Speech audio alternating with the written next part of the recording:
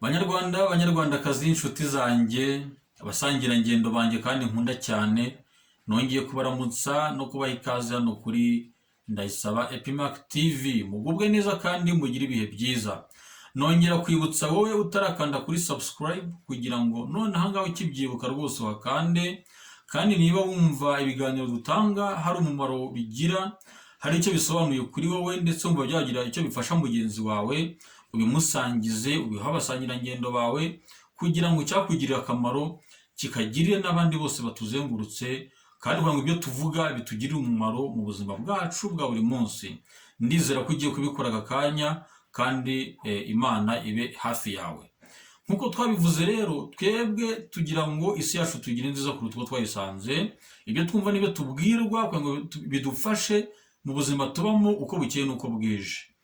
Uyu mugani tugiye gusobanura uyu munsi rero, ndifuza yuko wawugira uwawe, inama wumva ziri buvemo rwose zigufashe kandi ntukazitatire. Umugani rero avuga ngo umwijuto w'ikinonko ugira ngo imvura ntizagwa. Umwijuto w'ikinonko, kwijuta ni igihe umuntu ahaze yumva yafigije rwose ameze neza, inzara yashize, yumva mbese ameze neza ahari nkaho atazongera kurya, yumva yahaze koko, inzara nyine yavuze ati kwaheri n'inzara.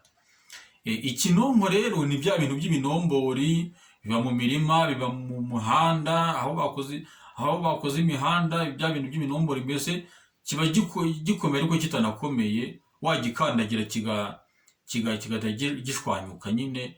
Ntabwo ari itafari ryo burya riba ribumbye kandi riba ryarakomejwe. Icyo kiba ari ikinombori kirabona nk'ibitaka nyine byibumbabumbye bikomeye ariko bitakomeye cyane ku buryo ugikandagira kigashwanyuka. Rero bakavuga bati umwijuto w'ikinonko ugira ngo imvura ntizagwa.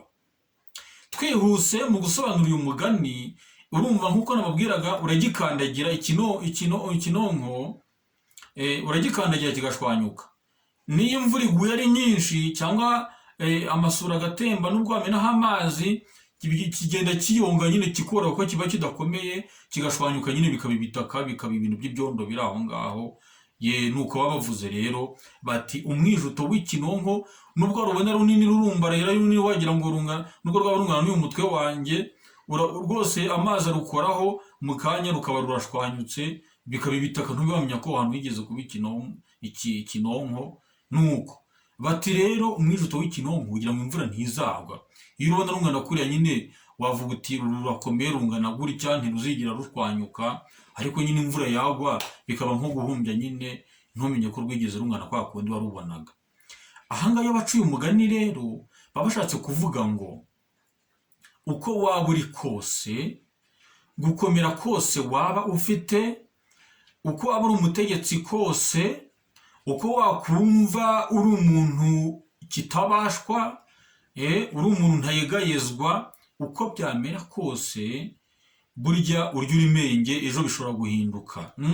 Bwa butegetsi wiratana wumva uri umuntu w'igihangange, ejo bishobora kurangira utakiri igihangange. Bwa bushongore n'ubukaka wumva ufite ahari urusha abandi, ejo bishobora kurangira ubushongore bukarangirira hahandi, mbese ukajya hasi ukamera nk'abandi bose, cyangwa se ukajya no hasi yabo. Niyo mpamvu bagira bati umwijuto w'ikinonko ugira ngo imvura ntizagwe. Ushobora kumva urakakaje abantu, wumva wica ugakiza, nta muntu wabasha kuvuga ijambo hanyuma yawe, uvuze wese uramwereka uti ziba, toka, ceceka, ukamwereka icyo uri cyo, nta muntu ushaka kuguhinyuza. Iryo uvuze wumva ko mbese ntawarivuguruza, uri igihangange kurusha abandi bose. Nyamara iyi minsi yavuze uraceceka, ikagukanda ukumirwa. Ni byiza rero yuko uko waba uri kose, hari ubwo Imana igutiza gukomera kandi kuko ukaba uri igihangange, kuko byose burya n'Imana ibitanga. Ariko niba uri igihangange, tekereza yuko utavutse uri igihangange. Tekereza yuko ejo bishobora kurangira ubuhangange bwawe bukarangiriraho. Tekereza yuko babandi usuzuguza ubuhangange bwawe cyangwa kuri umuntu ukomeye, uri kitabashwa, uri ntayegayezwa, utavugirwamo, babandi usuzugura uko wiboneye, ejo bishobora kurangira ahubwo aribo bari kugukandagirira hasi ndetse bakagusyonyora. tekereza yuko uri umuntu kandi uva amaraso. Niba ugenda ugakandamiza abantu ukabafata uko wiboneye nk'aho batababara, ugatekereza yuko ntubasha kwishyira mu mwanya wabo. Ubundi iyo ufite ubumuntu ugerageza kwiyumvisha ukishyira mu mwanya wa mugenzi wawe. Niba umuntu umukubise urushyi ukavuga uti ariko njyewe bankubise urushyi ntabwo nababara nk'uko uyu nguyu yababaye.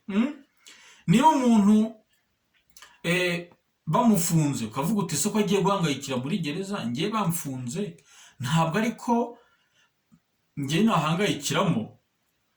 Niba umuntu umuhuguje ukabavuga uti ariko njyewe hagize umuhuguza ntabwo njyewe nababara nka kanaka kuriya, ukagerageza kwishyira mu mwanya w'abandi w'undi muntu, kuko twese turi abantu. Uva amaraso, nanjye mva amaraso, n'uriya ava amaraso, twese turi abantu twaremwe kimwe. Ntawe uva amaraso ngo undi ava amazi, twese turi kimwe. Tekereza rero yuko uko waba ukomeye kose, imitungo yose waba ufite, ubukire waba ufite, ibikugira ukomeye byose uko byaba bingana kose, tekereza yuko hari aho byavuye kandi ejo bishobora kurangira. Tekereza ko ejo kwa kundi n'ubundi bavuga ngo bucya bucyana ayandi, bushobora gucya ugasanga bwa bukomere bwawe bwose bwarangiye. Iyo iminsi yavuze, iyo bavuze ngo iminsi iteka inzovu mu rwabya, n'undi mugani nawo tuzasobanura. Ariko burya bashatse kuvuga ko ntawe ukomera ngo bya bindi bavuga ngo ntagahora gahanze. Hari igihe bigera bwa bukomere bugashira, bwa bushongore n'ubukaka n'ubuhangange bikarangira. Rero zirikana yuko ni umuntu, nawe ukaba umuntu. Umuntu wese umwubahe nk'umuntu nkawe. Twese turi ibiremwa muntu, twubahane kandi dukundane kugira ngo bijye bidufasha wumve ko mugenzi wawe ari nkawe ubwawe. Izi nyigisho nyaboneka tujye tuzumva kandi zidufashe, ndetse zitugire abo dukwiriye kubabo. Ndabasabira kugira ngo twese dutere intambwe uko bukeye n'uko bwije, ntitukagume uko twahoze.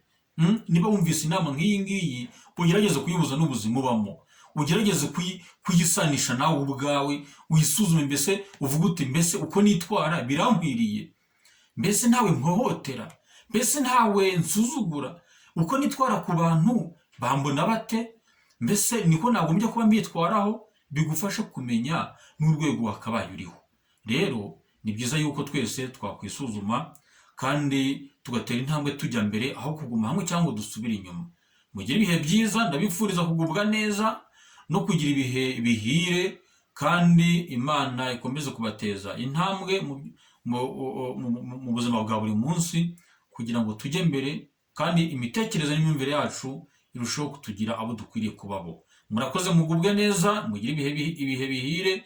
Ndabakunda cyane, ntimugasaze kandi murakaramba iteka.